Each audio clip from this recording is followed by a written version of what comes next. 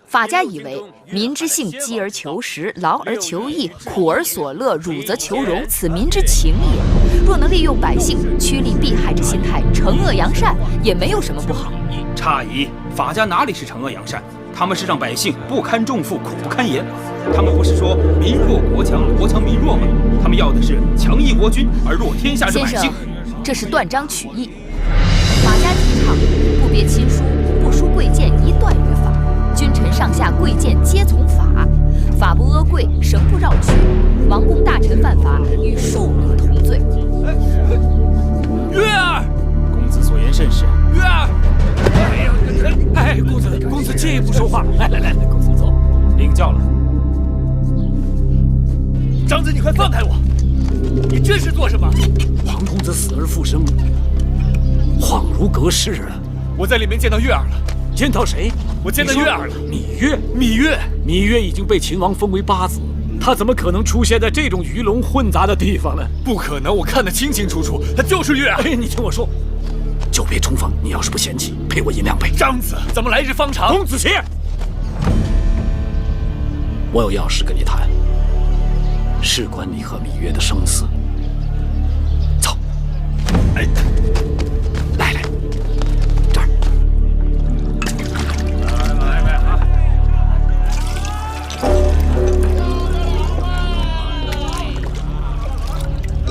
小二，点酒。哎，来了。来酒，来一次呗。公子，我如今该叫你公子倩呢，还是叫你公子歇？公子倩吧。公子倩，公子倩，不好听啊，总是欠着别人的，做人多辛苦啊。那就随长子怎么叫吧。好，公子歇，哈哈哈，公子歇，大难未死，非常人之幸也。为什么把名字改？长子心知肚明，就不要跟我兜圈子了。你也不要再跟我兜圈子了。老朋友到咸阳，绝非1日2日了吧？如今的秦宫之中，已经没有当初受人欺凌的楚国公主了，只有深受秦王宠爱的芈八子。时过境迁，物是人非，你黄歇还想做什么？我不相信月儿是个贪恋富贵之人。芈月变成芈八子，定有她的不得已。你说的对，他曾经想离开秦国到齐国去，据说是你们的约定，后来留下来，也是为了要给你报仇。无论做什么，他都豁出性命，飞蛾扑灯，只为了坠崖而亡的黄歇。如今，秦王做主，劫持王后车队的主使，死的死，跑的跑，罚的罚，尘埃落定。你突然死而复生回来，你让他如何面对，让众人情何以堪呢？张子，这是我和月儿之间的事情，与他人无关。与他人无关，你为何要更名改姓，藏匿在雍大人府里面？你也算一代才子，竟说出如此荤话。你也知道，秦楚联姻之后，大秦的前朝后宫里风波不断。芈月几次死里逃生，好不容易熬过来，如今有王后做靠山，加上秦王的爱惜，受封八子。你要他怎样？我不要他怎样，我只要见他。见了又如何？见了就知道究竟。知道究竟又如何？知道究竟了，就会有机会。那样会害了你，也害了他，就为一探究竟。张子，难道你有保全我和月儿的其他法子？当然有。你离开咸阳，回楚国，我给你备下盘缠，或者你想去哪儿都行。我黄歇不远千里来到咸阳，我是不会弃月儿不管的，我一定要见到他。见，一定要见啊！身为男儿，为情至上，哪管他洪水滔天就害到别人，哪怕牵累到芈月公主都在所不惜，一定要见到他。我佩服。张子，多谢你的心意，在下告辞了。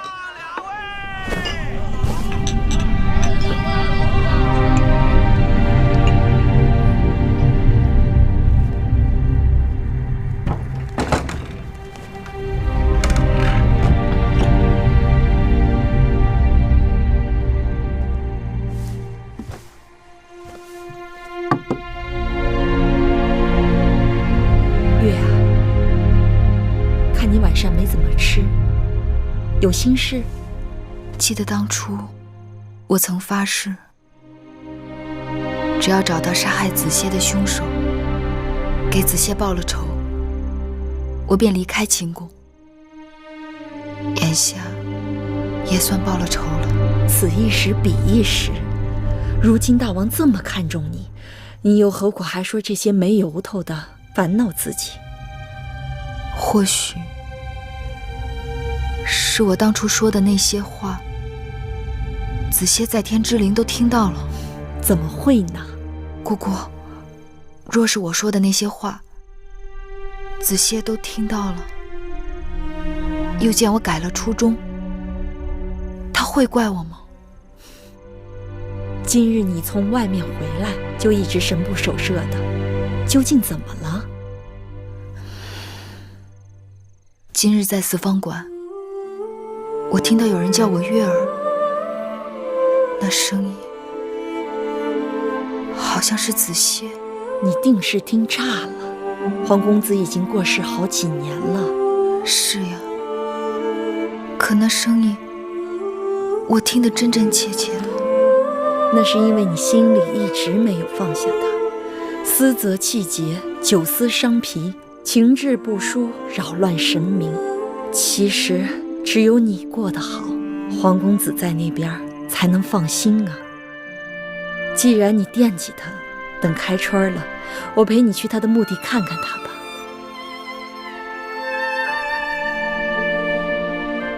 今日我投的是道德家，我打赌赢的笃定是道德家。哎，有道理啊！我看啊，儒家要赢。虽然我投了墨家，哎，初一赢的是法家，依我看，今日还是法家。哎，为什么呀？为什么？秦国眼下推崇的是商君之法，识时务者为俊杰呀。哎，大家都不要猜了，今日各辩家口才出众，言辞犀利，各家著述相当。依我看，这输赢就只能凭运气了。未必，我看未必。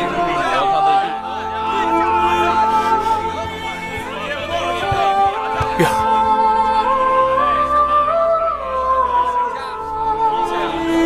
在下莽撞，认错人了，抱歉。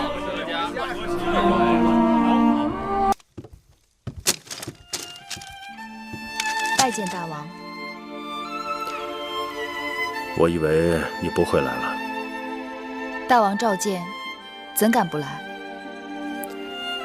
你可以给我一个理由。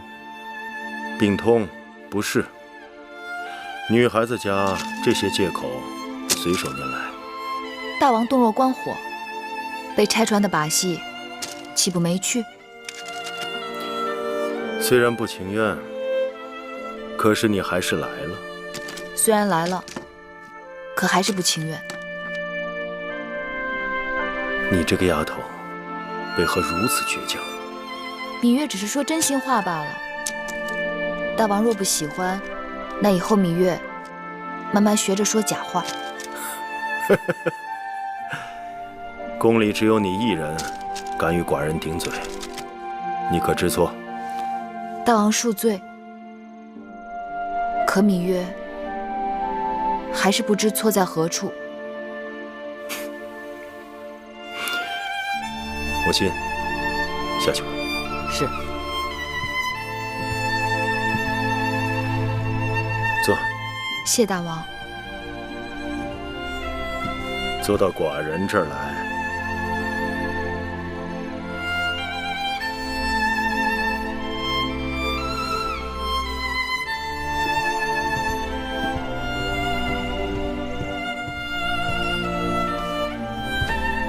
你说，寡人喜欢你吗？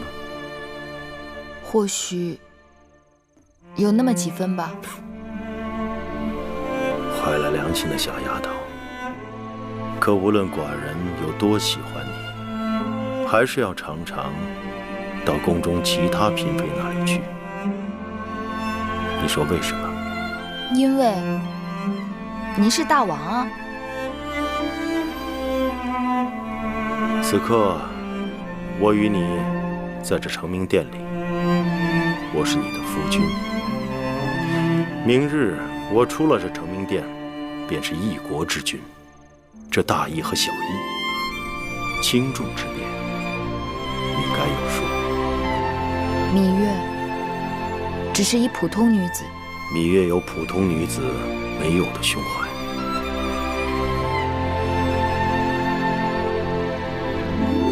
大王是想要芈月学会做宫中女子？寡人不要你做宫中女子中的一个，而是要你在寡人眼中独一无二。行了，别跟寡人赌气了。寡人找你来是有正事，听说整理王后陪嫁的书简之事已快了结，你近来在演练新招来的乐师。芈月只是不想让光阴荒废了，再者，也可以让楚国带来的编钟和其他乐器物尽其用。既然如此，你可愿意每日来给寡人整理书简和奏章？我？寡人要用的书简和奏章浩繁众多，无人分类归档，翻找起来耗时耗力。你可每日免召进入承明殿，为寡人整理书简和奏章，归类收藏。这么说，这里全部的书简和奏章都由我管辖？是。我可以随意翻阅这些文字啊？那是自然的。谢老伯恩典，芈月求之不得。怎么又叫寡人老伯了？芈月更喜欢大王做邻家老伯，不喜欢邻家老伯变成大王。小丫头，你一准知道，你笑起来比哭顶用多了。月儿不知。精兵利器足以毁掉寡人的社稷。对了，明日是7月初1，寡人想带你去一个地方，不过到时要让木间给你准备一套合适的暖装。明日要去哪儿啊？明日你就知道了。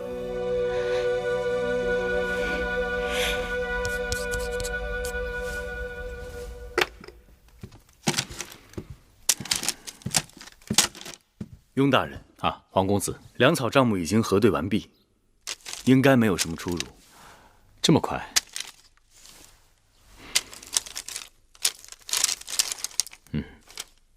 幸亏有你帮忙，不然我一个人忙到手忙脚乱，都弄不完。举手之劳而已。一会儿我要去宫中见治粟内史交接账目，午后才回来。进宫？雍大人，能否带上子倩同往？哦，在下听说咸阳宫恢宏无比，想借此机会一开眼界。也好，万一有什么问题，我也好找你核对。不过，你千万要记住，一会儿到了宫中，一定要跟紧我，切勿到处乱走。好。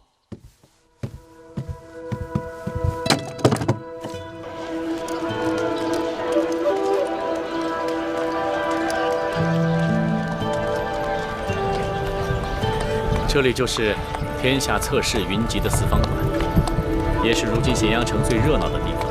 王公子哪天有兴趣，可以进去看看。好。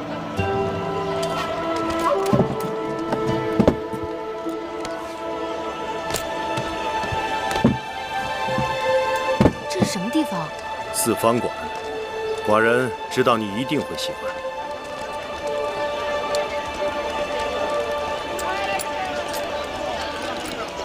天地万物无理天下，天下下治矣。天下熙熙，皆为德才；天下攘攘，皆为利。别看大家都讲得这般热闹，但谁又能够牺牲自我？大家是你我是两种看来，使人谋利，无利则发兵行善，有利则洒血断头。儒家也说过，有恒禅者有恒心；法家也说过，人性遂利。所以，无论是儒家还是法家，都应当从我派之言。胡说！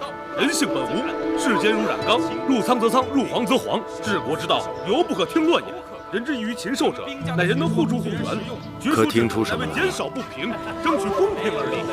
各家说各家的理，却都未必能够压倒别人。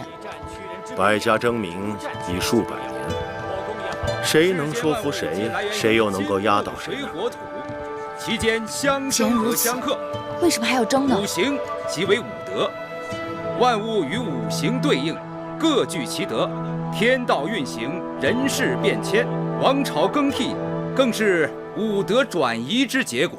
你们都说得好听，却空言无补。如今诸子百家当中，真正能有所作为的是我们兵家。兵者，国之大事。只有掌握你刚才问我什么？得知众寡强弱。我说，既然如此，为什么还要争呢？能克敌制胜。争是为了发出声音来，各种声音意味着推陈出新和长进。原来这世间只有周礼一种声音，四方陈气。我大秦在俗人眼中，也不过是为木马的边鄙野人。周天子的威望倒塌，才有了列国和我大秦的崛起，有了各方人才的投奔，有了这四方馆中百家争鸣，激荡文字，人才辈出。可臣妾昨日在大王的成名殿里翻阅商君书，商君斥其他学说为贼，大秦用的可是商君之法。在我看，任何一种学说都在尽力排斥他人，但总有聪明的学人在不断吸取他家之长，丰富自己。而君王则一家为主，数家为辅，内佐王政，外扩疆域。这真是一个好主意。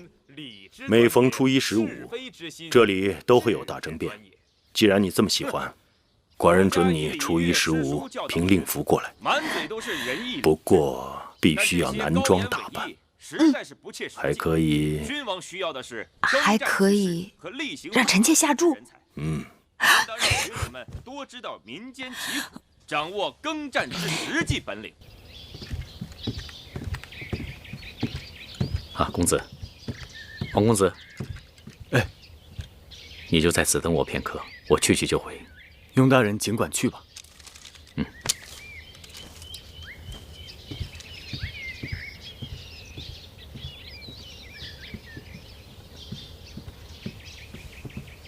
敢问，敢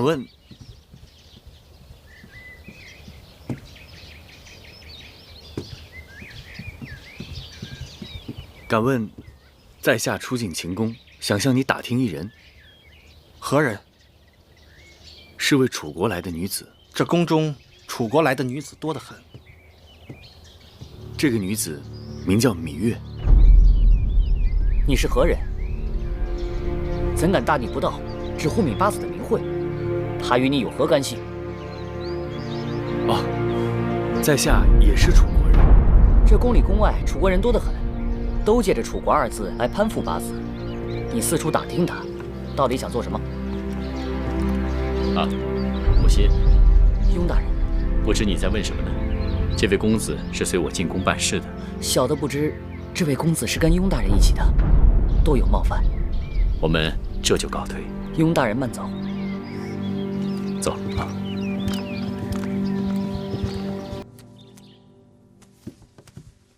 王后，楚国那边刚送来的书信。王兄和母后好久没来书信了。是啊。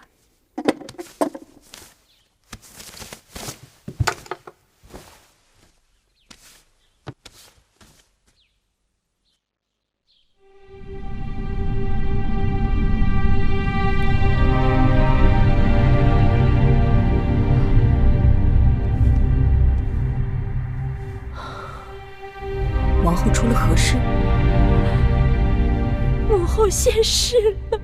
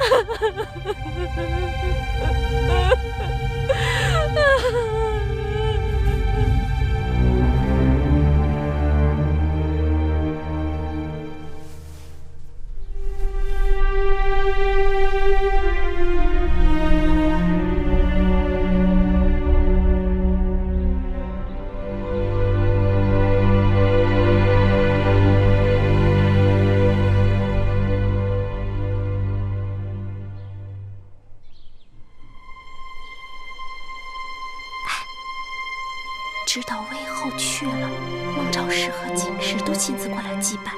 可直到此刻，那个芈月不仅没有露面，连声问候都没有。今日我还曾特地去会院通报魏后故去的消息。仙儿慧儿好歹还说了声请王后节哀顺变的话，可那芈月就坐在屋子里，竟然连眼皮也不眨一下。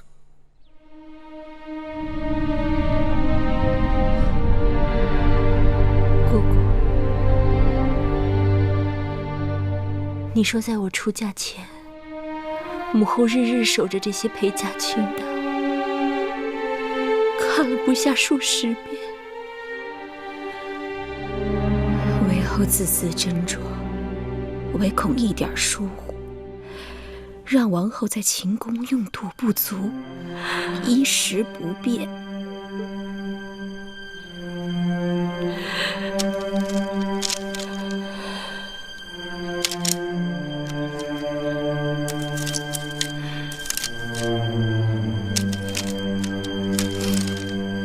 这清单上全是母后的心血，可我却从未认真看过。王后出嫁，魏后可谓喜极忧戚，柔肠百结。母亲，孩儿不孝，皆悔莫及。王后不必自责，魏后指望的就是王后在秦宫根深叶茂，成就子孙帝王万世之业。戴瑁受魏后恩典与责，定会替魏后照料好王后，活一日便会竭尽全力保王后在秦宫平安。姑姑，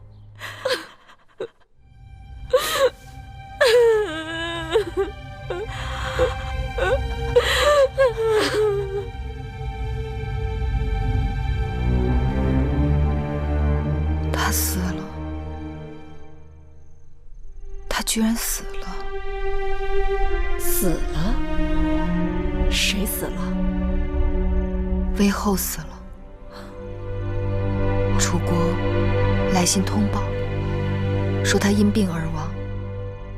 王后不思茶水饭食，因此事哀痛欲绝，不能自已。宫中无人能解他心结。王后闭门暗自伤心，魏后尽管刁蛮，但对王后却是百依百顺的。若不是因为对舒姐姐的娇宠，我的性命也早就没了。那么一个心狠手辣的女人，不知她死时想的是什么？她一定想不到，自己竟然会死在我的前头。月儿，你很少跟我提起她，你还一直记恨着他？他害死了我娘亲，逼死了举娘娘，又几次差点要了我的性命。我的一切都是拜他所赐，还用得着特意去记恨他吗？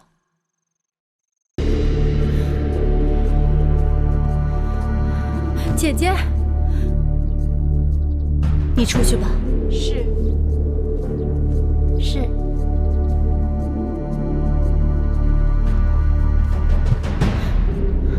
姐姐，公孙衍出逃魏国，这事儿你知道了吗？我也为此事而着急呢。听说城中只要与魏国有来往的人，均被查捕，风声是越来越紧了。大王赐给你的那个铜符节，你还带在身上吗？啊，在这儿呢。收好了，这可是能保命的。姐姐，你什么意思呀？我过去跟公孙衍都有交往，而你只是一个深宫妇人，既不知军国大事，也素来和我来往不多。从今以后，你就不要再到我这里来。姐姐，如今公孙衍已经出逃了，这铜符节再也寻不回来了。我这次只有坐以待毙了。姐姐，那铜符节你也不可能日日藏在箱子里呀。再说，与魏国来往的人也不仅仅是你，那若是别人在半道给弄丢了，也不是咱们的过失呀。是福不是祸，是祸躲不过。这铜符节的事，必定要有一人顶包。妹妹，姐姐叫你来，是有事要托付给你。你我虽非异乃同胞，但因从小一起长大，胜似亲生姐妹。在宫里，除了你，姐姐唯一的亲人就是华儿。姐姐若是被大王治罪，华儿必受连累。姐姐是想，华儿在宫中无依无靠，我只能把她托付给你了。你独子尚有，华儿又一向与你亲近。姐姐，你别再说了，容我们再想想法子，结果不一定有那么糟糕呢。啊，把事情都想清楚了，就没那么糟糕。来，妹妹，让姐姐看看你。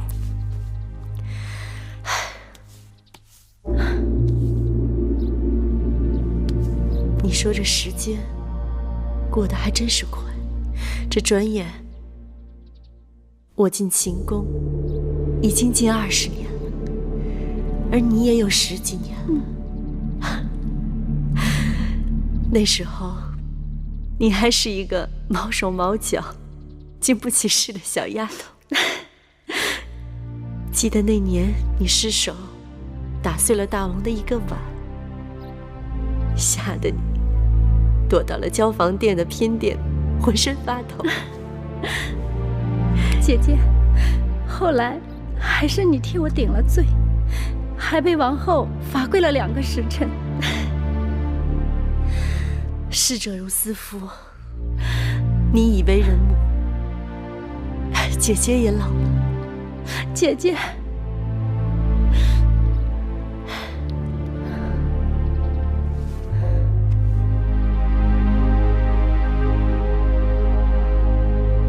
姐姐，记得进宫那日，你头上戴了一个碧玉簪，众人都夸俊俏，连大王都忍不住多瞅了几眼。那簪子可还在吗？在。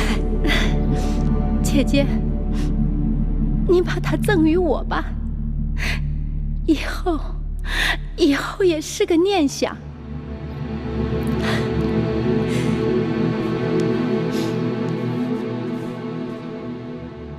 你等着，姐姐去给你拿。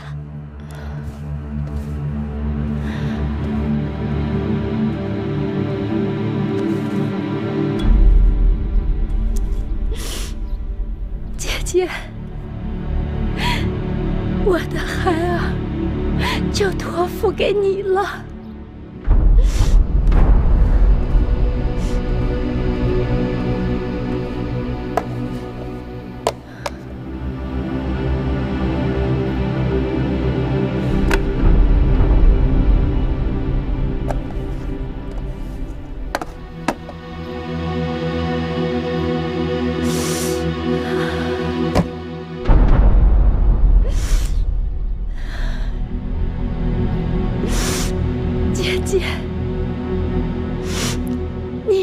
保重。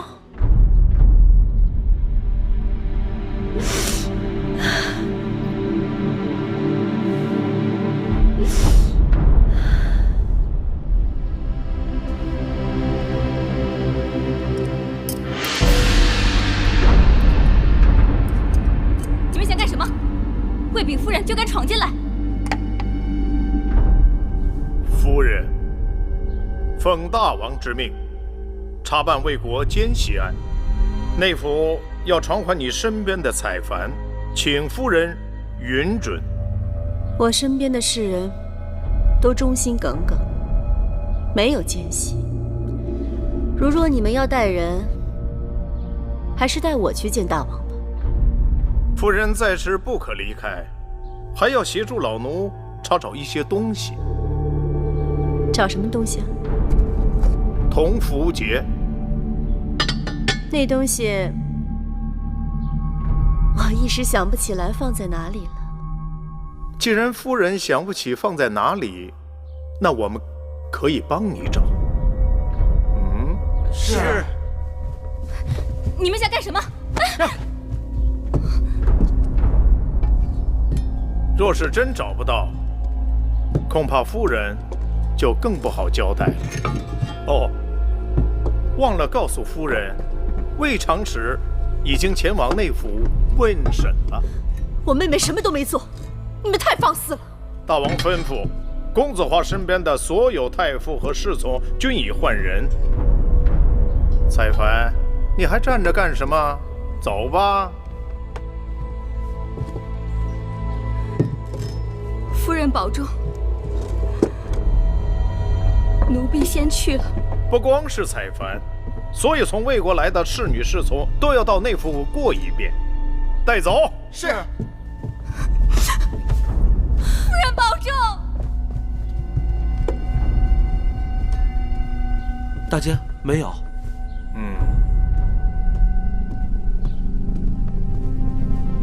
禀告大姐，铜符节找到了，是小的在正殿的首饰盒里找到的。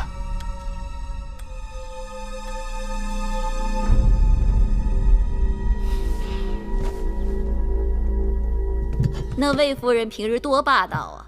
如今眼看着她手底下的人一个个的给拉去过审，总算是出口恶气。可不是，大王可算要跟他们算总账了。下毒害王后是一档子，勾结一群人打劫是一档子，借着国美人上吊陷害咱们再是一档子。那魏氏姐妹死多少回都不算多。这要是在咱们楚国，割鼻子挖眼睛，再砍掉他们的双脚，只怕眼下还伤不到魏夫人毫毛。查铜符节都以为魏夫人定跑不了了，结果呢，魏长史的铜符节没有了，魏夫人的还好好的在首饰盒里装着。谁都能看出来，那个魏长史就是个替罪羊啊！魏夫人才是真正的幕后主使呢。你们两个去膳房看看，给王后煮的百合莲子粥该好了，让他们拿兵给镇上。是。奴婢看着，王后有心事。魏夫人他们倒了，照理说我该高兴，但心里却是害怕。王后怕什么？当初秦楚联姻，王兄指望秦国能助楚国称霸天下，母后更是深信楚国强，我在秦宫势力必定也强，时时能帮楚国说上话。可结果却是秦强楚弱，秦进楚退。现如今我在后宫，哪句话该说，哪句话不该说，全要看大王脸色。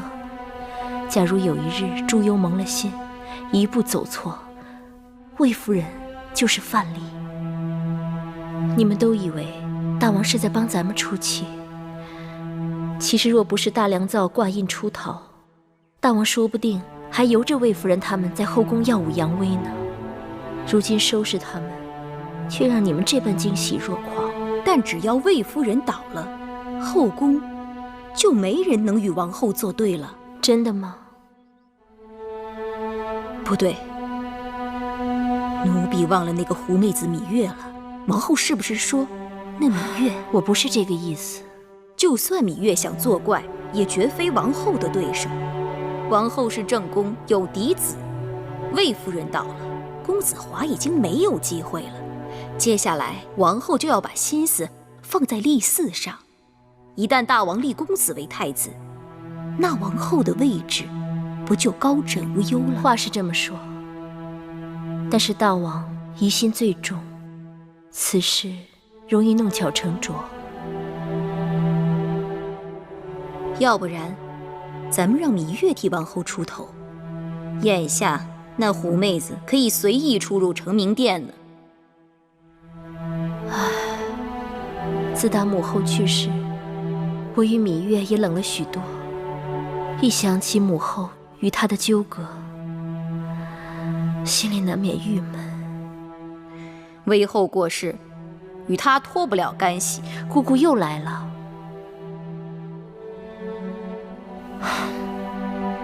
算了，你去传话吧。过几日就是8月15，让芈月他们到教坊殿来，顺带着叫景氏和孟昭氏也来。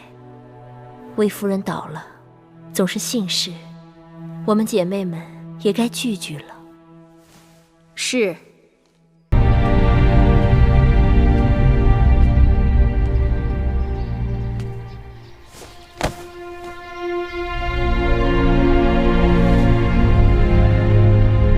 卫士，求见大王。臣妾有罪，求大王赐罪，千万不要殃及无辜。臣妾卫士，求见大王。臣妾有罪，求大王赐罪。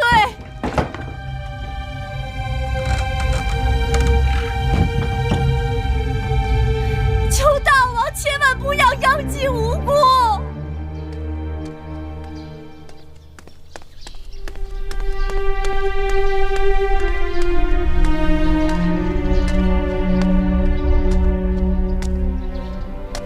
魏夫人，夫人还是请回吧，大王不会见你的。既然大王不肯见我，求大监代我呈上这封血书。夫人为何要为难老奴啊？大王从来不把这种割破手指洒点血的东西当作诚意。既然大王不肯见臣妾，又不肯看我的血书，那我只好跪死在这儿了。那请魏夫人自便吧。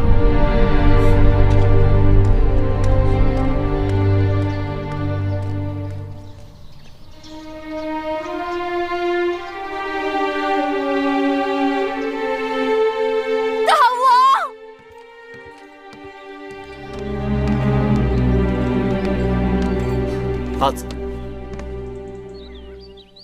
公子华，八子请留步。樱花有话要说。母亲大错已著，覆水难收，更曾屡屡为难八子，望八子宽厚慈悲，不要与他计较。大王若不计较，芈月自然不会计较。谢夫人宽厚慈悲，樱花来日定投之以桃，报之以李。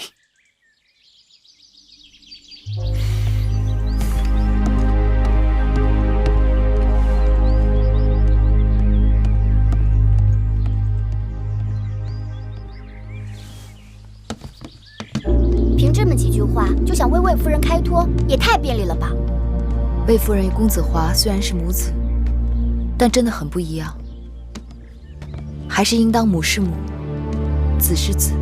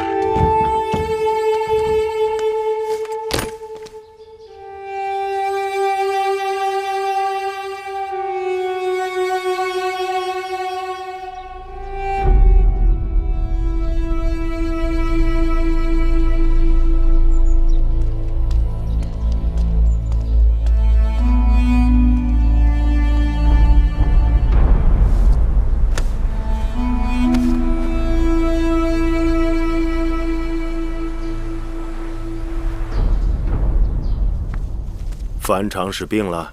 是。樊长史说出当年摔下台阶的事情之后，回去就病了。老奴就这事还审问了魏长史，他把事情都担下来了。他说那日看见王后在责罚国美人，于是伺机作乱，叫旁人绊倒了樊长史，想给大王火上浇油。记得当初老奴想查清此事，但因为永相令警离遮掩，因此一直没有查出个所以然。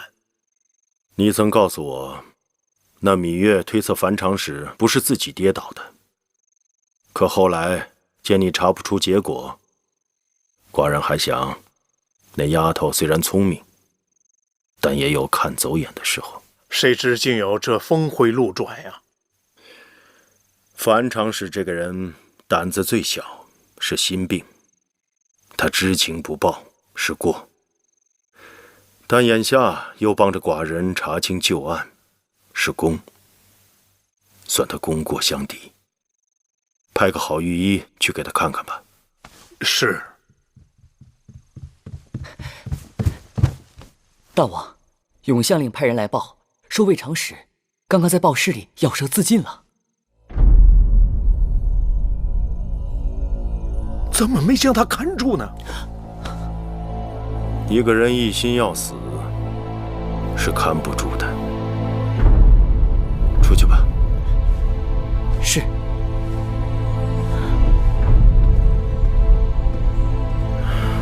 可惜啊，她是寡人宫里最懂得腌制干果的嫔妃，以后再也吃不到她腌制的蜜杏了。魏夫人还跪在殿外吗？是，已经整整1日了。公子华也来了。华儿也来了，就跪在大殿外。到此刻也已经有2个时辰了。算了，让他们起来吧。去告诉魏夫人，让她回去好好闭门思过，痛改前非。不然，寡人再不让华儿与他相见。是。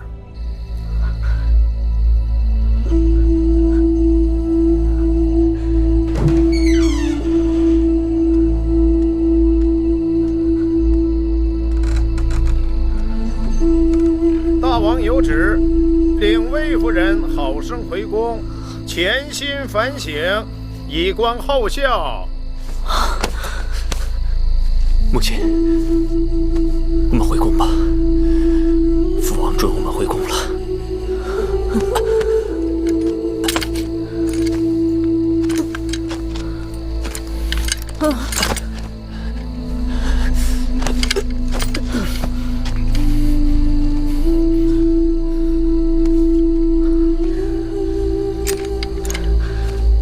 不要父，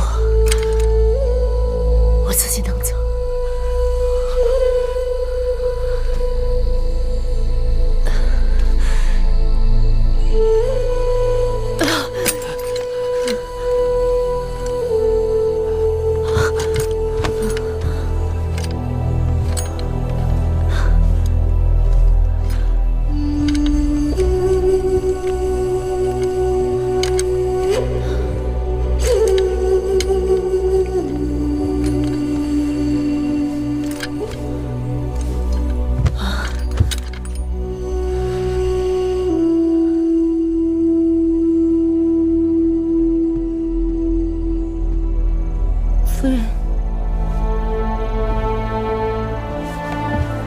夫人喝口水吧。你是谁？奴婢是曾服侍魏长史的彩萍。我没见过你。我只是他身边的粗使丫头。你到我这儿来干嘛呀？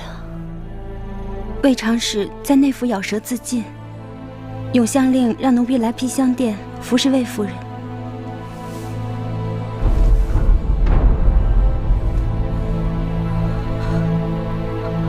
你说他咬舌自尽了？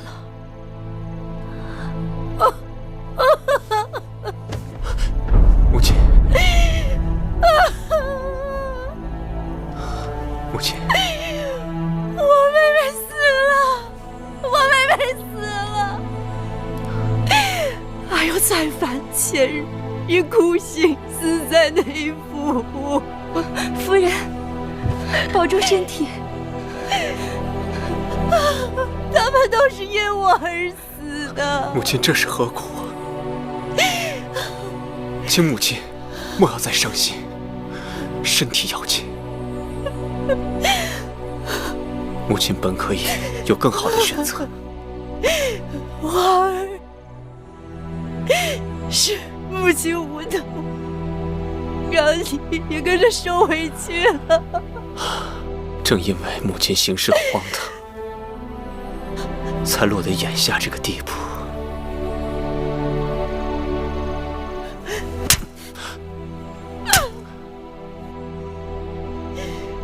母亲就你这么一个亲人了。孩儿只要母亲平安，怀儿便无怨无悔。请母亲切不可再以身试险。母亲这么做，并非为了自己。我知道母亲所做的一切都是为了孩儿打算，但从今以后，请母亲不必为孩儿苦心周全，该由孩儿来庇护母亲了。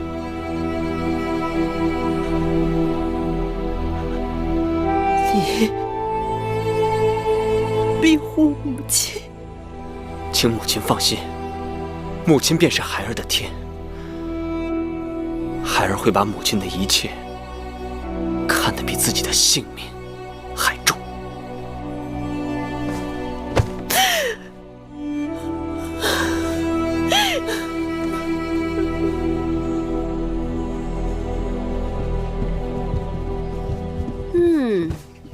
王后宫里的红枣汤甜而不腻，怎会这样适口？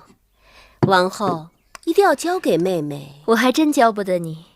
这红枣汤是芈月带来的，你问她吧。芈月妹妹，怎么做的？东西都是寻常的，法子却是魁梧的。把那红枣红豆用清水洗净，浸泡1个时辰，然后清水煮沸，加入去壳留肉的桂圆，再大火煮沸，文火再炖半个时辰。这红枣汤有安神补血、健脾养胃的神效，女子冬日喝它是最滋补的。妹妹，你吓死我了，这不比煎药还难呀？这可比药好喝多了。妹妹如今常在成明殿走动，定是大王也喜欢上了妹妹的红枣汤。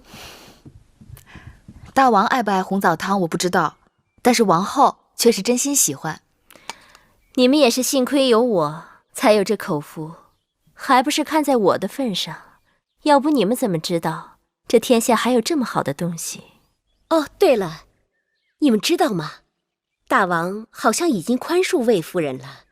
樊长时虽说没有受到大的牵连，但被吓破了胆子，如今依旧病得不轻。因为魏夫人并没有丢失同福节，她的侍女采凡虽经内府严刑，却不肯吐口，死在内府。加之大王素来疼爱公子华，若拿不到确凿的证据，大王不会处罚他的。但他在宫中再想害人，却是不能了。我听说魏夫人已经向大王提出要抚养魏长史的儿子公子壮，他现在大约只能打大王骨肉的主意了。不行，绝不能让魏夫人领养魏长史的孩儿，不然这3、5年后，宫里又多了个与我们心意不通之人。那姐姐打算怎么办？公子壮年幼丧母，孤独可怜。我是母后，照料大王的孩儿义不容辞。我会向大王提议，由我亲自抚养公子壮。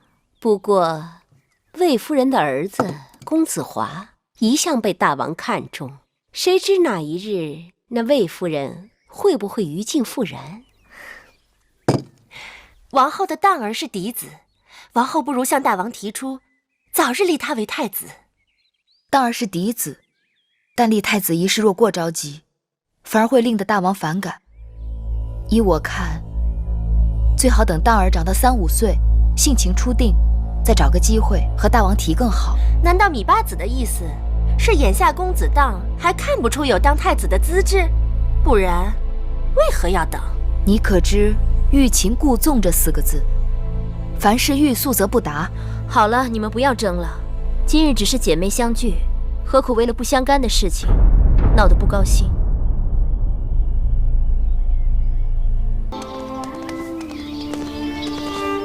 魏良人，米八子，魏良人近来可好？多谢八子惦记。上次向八子讨要了红枣汤的做法，回去吃了一阵子以后，果然立见奇效，夜夜睡得安稳。睡得安稳比什么都强。马上又是年末了，我想绣几个荷包当做打赏的物件儿。宫里针线除了樊长史，就是芈月的好。樊长史整日病病殃殃的，也不便打扰。不知芈月是否有空闲，我好上门讨教。魏良人客气了，若是需要，随时到会院来找我便是。多谢八子。魏夫人在前面等着你，你若不想见她，可以叫侍女回了她。该见的总是要见的，我还是去见见她。芈月先告辞了。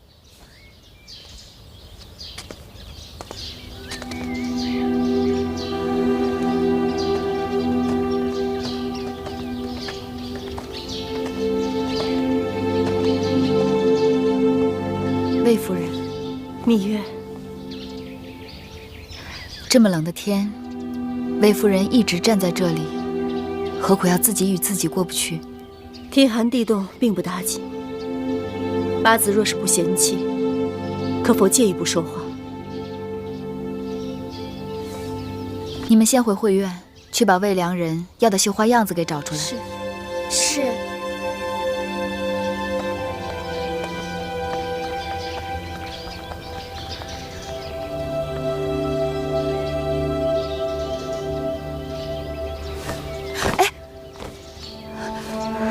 魏夫人，不要搞错了位分，怎么给我一个八子行此大礼？另言苟延残喘，望八子能给我一条活路。宫中之事，全在大王一念之间，岂是我一个小小的八子能够左右的？八子虽是宫中新人，却有挪移乾坤的本领。我魏延虽得罪过人，但能恨死我的，你该是第一人。我当然恨你。倘若你是我，必定一样。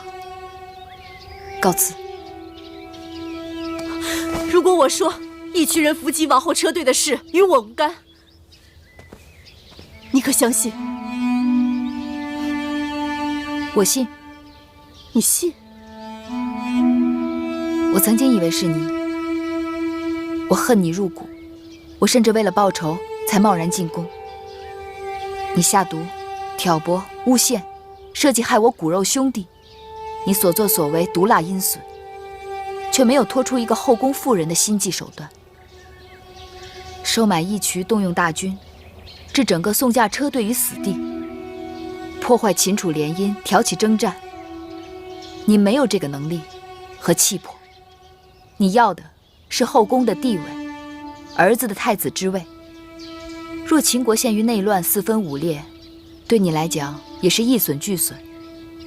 你只看得到眼前，却不擅长舍近求远，所以收买义渠人，该是他人的谋略，而你只是魏国棋盘上一颗小小棋子。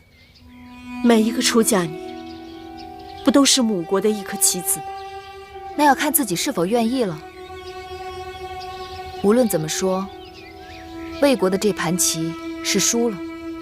魏长史他们用自己的性命替你还了债，大王看在公子华的份上，保全了你该有的，其余的你不该奢望。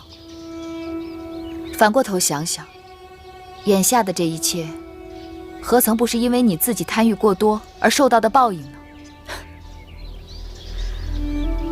这么说，你仍然不肯放过我从未有意为难过你，从何谈起放不放过？对不起，魏夫人，就此别过。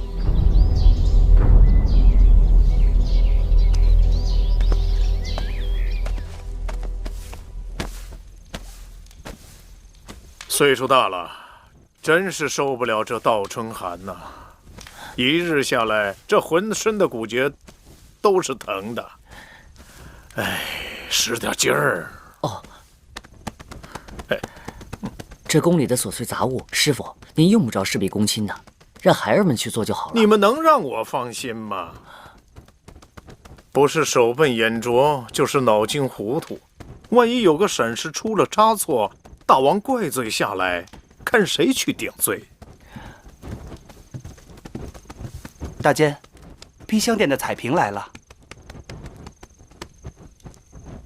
这么晚了，他来干什么呀？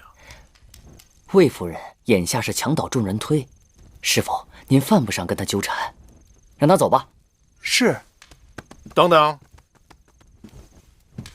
宫里的风雨，你们才见过多少？让他进来。是。你们都出去。是。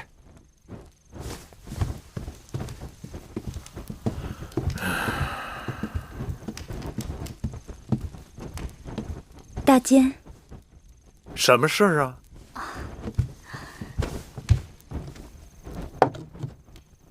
这是魏夫人孝敬大监的。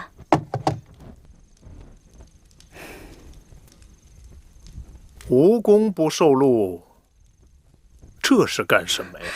魏夫人说，受大监关照多年，这颗明珠只是略表心意。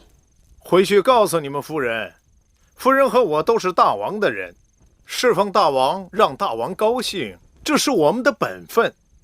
既然我们都是大王的人，这互相照应也是应该的。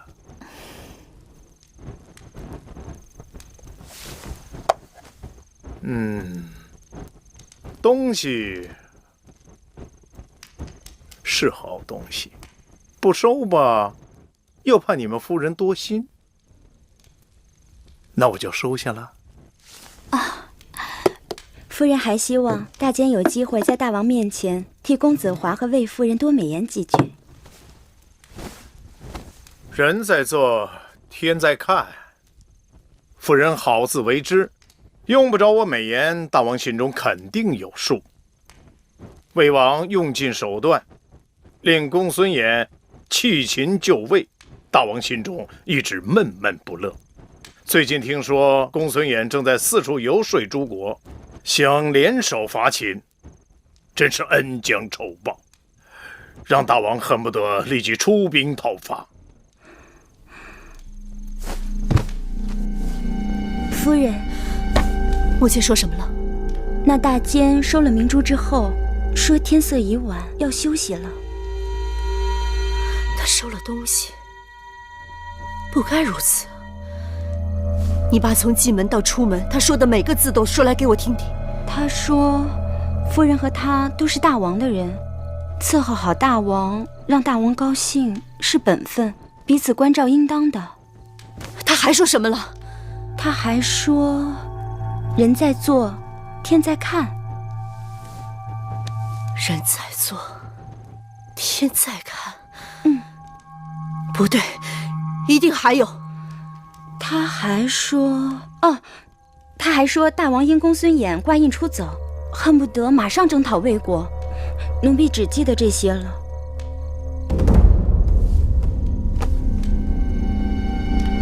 夫人，大监是说，大王有意攻打魏国。那话大约就是这样。你下去吧。是。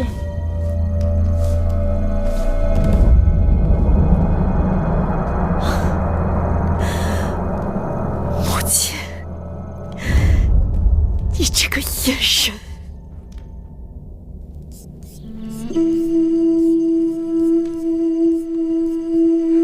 夫人，樊朝使来了。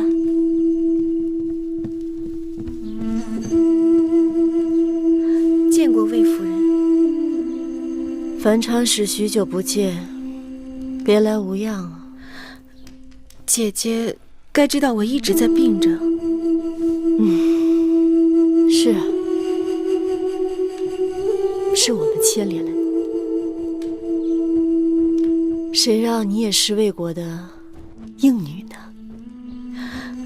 夫人。我尽管病着，可是心里也还是惦记着姐姐的。那真是难为你了。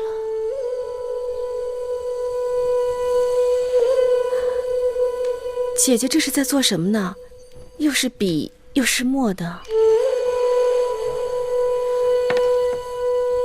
我在给大王上奏折。上奏折？可是大王连你的写书都不看，他怎么会？这封奏折，大王会看的。